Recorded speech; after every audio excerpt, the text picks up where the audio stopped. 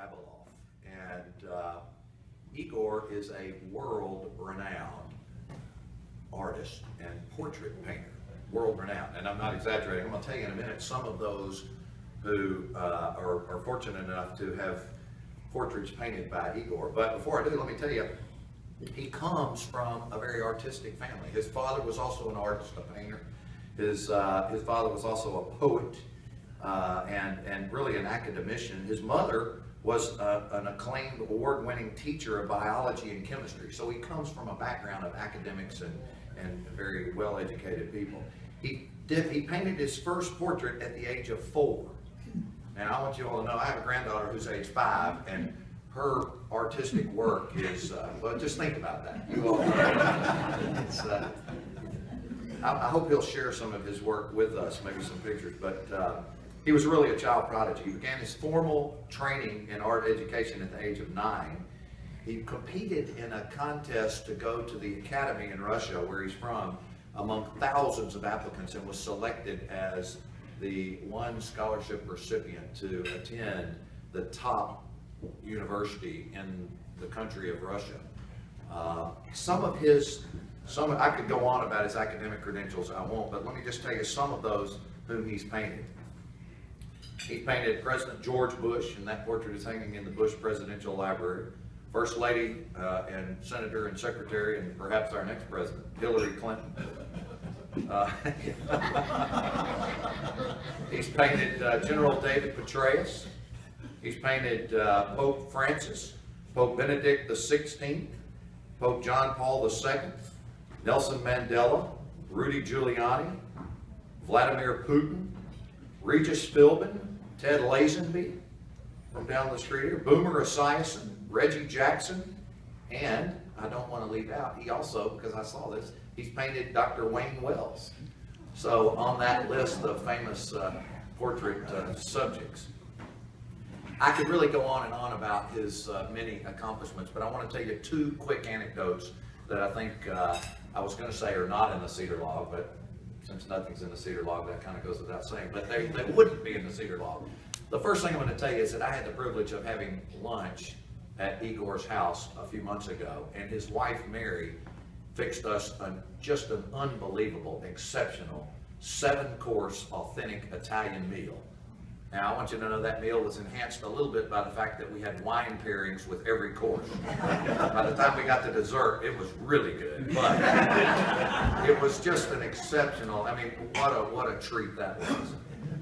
And the other thing that I want to share with you is that I mentioned he had painted a portrait of Pope Francis. That portrait today is hanging in the Vatican.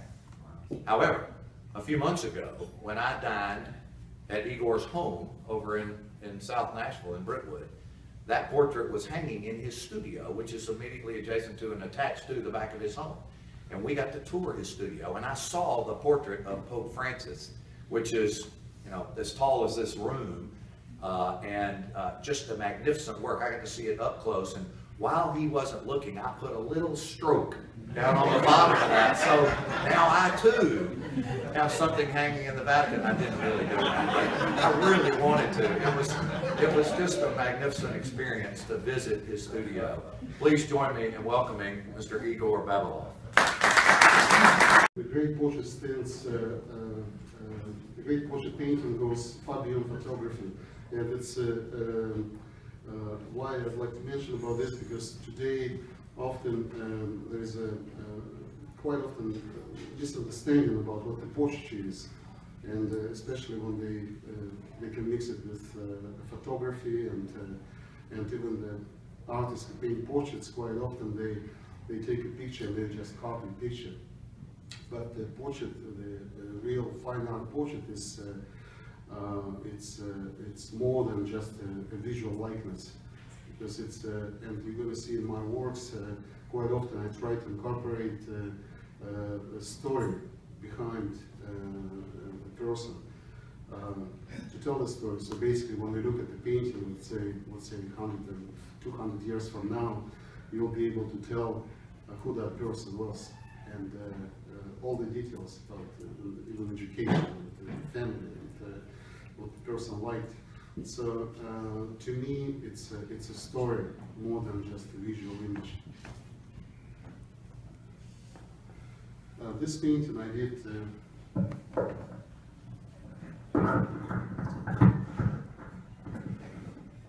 This is a new portrait of George Washington, which is in the collection of Mount Vernon Museum. I created this, why I say created this, because this image you won't see anywhere. All we know is, like, when you think of George Washington, quite often you think of Gilbert Stuart's portrait, the most famous portrait, the one on the dollar bill.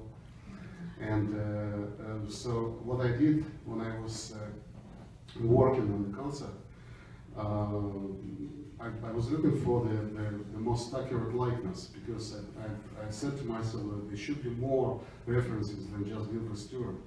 And there was one sculpture created of him by Jean-Antoine Houdon, at the time very famous French sculptor, and which was recognized by Washington himself, by even Gilbert Stuart, that was the best, most accurate likeness of him.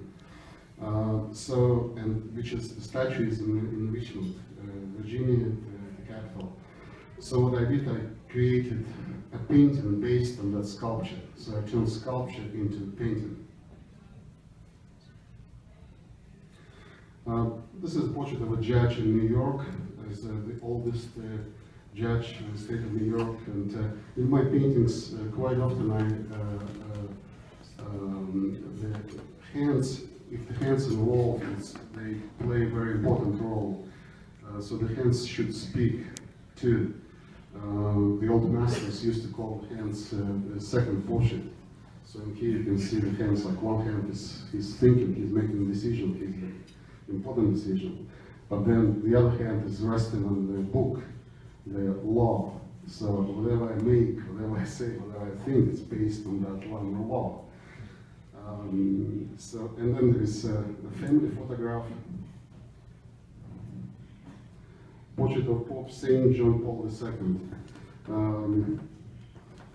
created also entirely from my imagination, the composition, the whole thing, except of course the Pope himself. So I was provided some photographs from the Vatican archives, and there's a lot of story. Like every person almost symbolizes something, somebody in the painting. We have to go, we don't have much time, so I mean we can think forever about each painting. Portrait of Pope Benedict XVI, now emeritus, and this painting actually on the right, on the bottom right, you can see it. It's in the Vatican Splendors exhibition of the Vatican, of the treasures from the Vatican collection, which is actually now showing at the Reagan Presidential Library in Simi Valley. And it will be there until August 28th. So if you're in California and you're planning to go to see Reagan Library, the exhibition will be there and you will be able to see this portrait. Because the Pope really loved the portrait, he just selected it out of all the portraits to represent his papacy.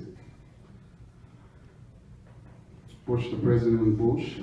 Also you can see the composition, the whole thing was just created from my imagination, like the background, and I thought it was very fitting with him. The portrait was painted in 2002, right after 9/11. So, you know, everybody had that huge patriotic kind of a mood, and of course everybody was looking at our president, you know, up and looked up to him, and the background, the Mount Rushmore was just perfect background for that. And then I saw in the White House, I saw a photograph, official White House photograph, was taken in the same place in the background from Mount Rushmore with the same tie.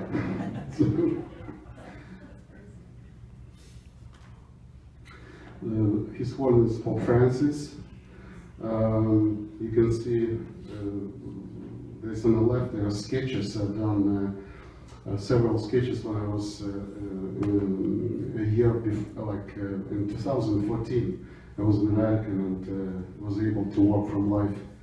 And that's what I usually do with my commission. My commission work in general, I request some sitting time with the sitter, so to get the feel of the person and sketch and something. I think it's I'm the only artist, a portrait artist who does this, like the studies, the drawing studies, because the drawing studies is the only kind of study, like not the oil studies or painting studies, the drawing studies.